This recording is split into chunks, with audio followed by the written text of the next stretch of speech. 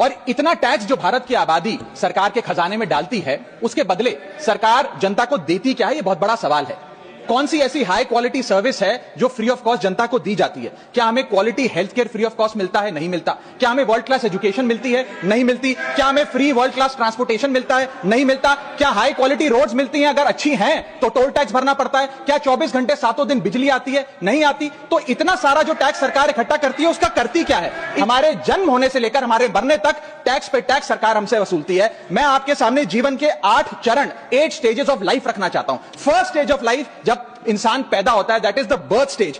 बच्चे के पैदा होने से पहले, उसकी आंखें खुलने से पहले जो उसको वैक्सीन लगती है, उस पर 5% जीएसटी लगता है। जिस अस्पताल में बच्चा पैदा होता है, उस हॉस्पिटल के कमरे के चार्जेस पर अगर 5,000 रुपए से ज्यादा का कमरा हो तो 5% जीएसटी लगता है। बेबी केयर के आइटम्स पे 5% जीएसटी लगता है। और अगर उसके माता पिता बच्चे के पैदा होने पर मिठाई बांटे तो मिठाई पर 5% और चॉकलेट पर 18%, 28% जीएसटी लगता है। दूसरा चरण जीवन का, इन्फेंसी और चाइल्डहुड, यानी कि बचपन में बेबी फूड जो खरीदा जाता है उस पर 12 से 18% जीएसटी, डाइपर जो खरीदा जाता है उस पर 12% जीएसटी, बेबी स्ट्रोलर पे 5 से 12% जीएसटी, और जो खिलौने बच्चे को दिए जाते हैं उन खिलौनों पर भी 12% जीएसटी लिया जाता है। जब मुंडन होता है बच्चे का, पहला हेयर कट जिसे कहते हैं, उस हेयर कट की सर्विसेज पर भी 18% जीएसटी, और पहली बर्थडे पार्टी पर जो फोटोग्राफी होती है, फोटो खिंचवाई जाती है, उस फोटोग्राफी सर्विसेज पर भी 18% जीएसटी। यहां तक कि नामकरण की बर्थडे पार्टी जो की जाती है उस पर भी केटरिंग सर्विसेज से लेकर खान पर 18% जीएसटी सरकार वसूलती है। अब बच्चा स्कूल जाना शुरू करता है तो स्कूल जाने पर यूनिफॉर्म से लेकर जूतों, स्कूल बैग, लंच बॉक्स, सब पर जीएसटी लगता है।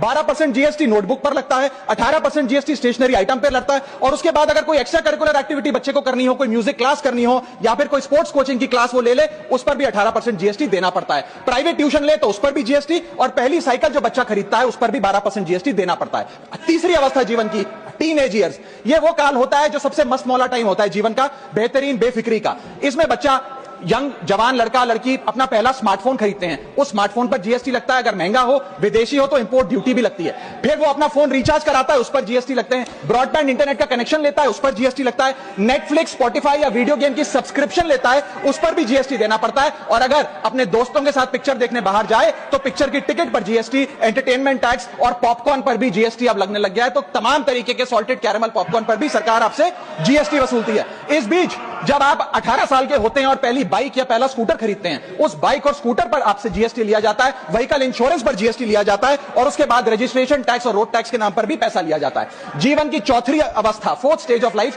हायर एजुकेशन की। इस हायर एजुकेशन की अवस्था में आप यदि प्राइवेट कॉलेज में पढ़ रहे हैं तो प्राइवेट कॉलेज की ट्यूशन फी पर जीएसटी लगता है। हॉस्टल में रह रहे हैं या पीजी का रेंट भर रहे हैं तो उस पर जीएसटी लगता है। स्टूडेंट लोन की प्रोसेसिंग फी पर जीएसटी लगता है। किताबों से लेकर लैपटॉप तक जीएसटी लगता है। और अगर माता पिता संपन्न है और बच्चे को विदेश भेजते हैं पढ़ने के लिए तो फॉरेन रेमिटेंस पर टैक्स कलेक्टेड एट सोर्स सरकार लागू करती है। अब आते हैं पांचवी अवस्था पे, जब वो अपना करियर शुरू करता है। ये वो एज है जिसे मैं golden age of direct taxes कहूंगा।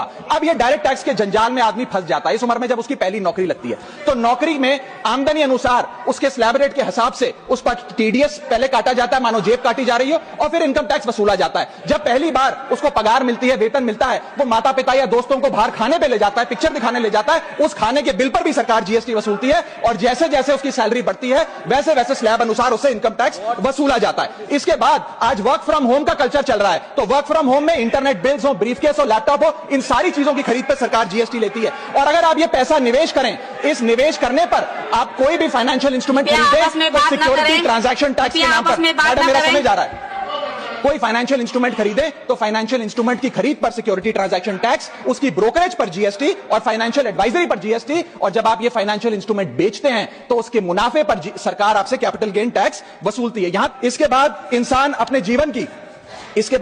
अपने जीवन की छठी अवस्था में आता है, यानी कि मिडिल एज। इसमें उसकी आमदनी भी पीक पर होती है और उसका टैक्सेशन भी पीक पर होता है। अप्रेजल होता है, प्रमोशन होता है, बोनस मिलता है, और हाई टैक्स स्लैब के चलते वो अपनी कमाई का एक अधिकांश हिस्सा इनकम टैक्स में सरकार को जमा कराता है। इस दौर में इंसान गाड़ी खरीदता है, घर बनाता है। जब गाड़ी खरीदता है तो जीएसटी देता है, रोड टैक्स भरता है, व्हीकल इंश्योरेंस पर जीएसटी भरता है, और जब गाड़ी लेकर शोरूम से निकलता है तो पेट्रोल डीजल पर वैट, सेस और एक्साइज ड्यूटी के नाम पर पैसा भरता है। जब सड़क पर गाड़ी चलाता है तो टोल टैक्स भरता है। फिर वो अपना घर भी खरीदता है, जमीन खरीदता है। जब जमीन खरीदता है तो स्टैंप ड्यूटी फी सरकार को देता है। जब कंस्ट्रक्शन मटेरियल खरीदता है घर बनाने के लिए तो कंस्ट्रक्शन मटेरियल पे, चाहे वो सीमेंट हो, मार्बल हो, स्टील हो, उस पर जीएसटी देता है। उसके बाद जब कंस्ट्रक्शन सर्विसेज लेता है किसी बिल्डर से, ठेकेदार से, कॉन्ट्रैक्टर से, तो उस कंस्ट्रक्शन सेवाओं पर भी जीएसटी सरकार सरकार आपसे वसूलती है, और जब घर बन जाए तो एनुअल प्रॉपर्टी टैक्स और हाउस टैक्स के नाम पे आपसे पैसा लिया जाता है, और जब आपको पैसे की आवश्यकता पड़े और आप ये घर बेच दें तो कैपिटल गेन्स पर भी सरकार आपसे उस मुनाफे पे टैक्स वसूलती है। और इस बीच शादी तो रह ही गई,